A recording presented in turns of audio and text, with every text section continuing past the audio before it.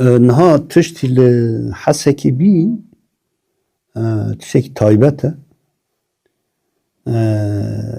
Wer dixuye ku dest ne têda hene. Yani ne tiştekî ji rêzê ye, wekî midaxelakî polîtîk, îstixbaretî û bin wê de wek planekê ye. Yani ji bo navê dibe mirov baldarî nêz bibe. Weke tê zanibûn peymanek çêbû.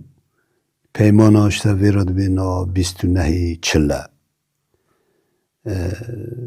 Yani wa peymana di astekî de destkeftên gelê Kurd û ne hinek nirxên demokrasiyê diparêze.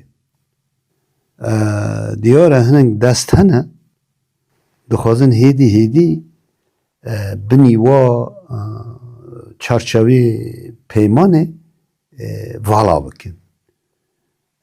Wisa siyaset ser heye. Li ser hem hinek deveran bi taybet hesekî û Kobanî hinek giyan wisa hem hesab û plan hene. Hinek binî vala bikin. Divê vaxtê de mirov bi ew hişyar nêz bibe. Li Rojavayê Kurdistan û li qismekî Bakur û Rojhilatê Sûriyê çardeh salin mesela perwerdeyê zikmakî tê dayîne. Vaya destkeftek e û dibe ku gelê me va destkeftê dest jê bernede. Têkoşîna vê bi rêv rêbazên siyasî, dîplomatîk pêşvixîne. Yani bin vê de kedekê ye û qasa şehîd hatine dayîne. Yani ev perwerdeyê çardeh salên tê meşan niha betal bikin û mesela em bêjin işte wekî nizam herhalde dibêjin wisa çend saetan ê Kurdî bibînin. Wayan dibe neyê ew kirin. Ev paşta kişandin e.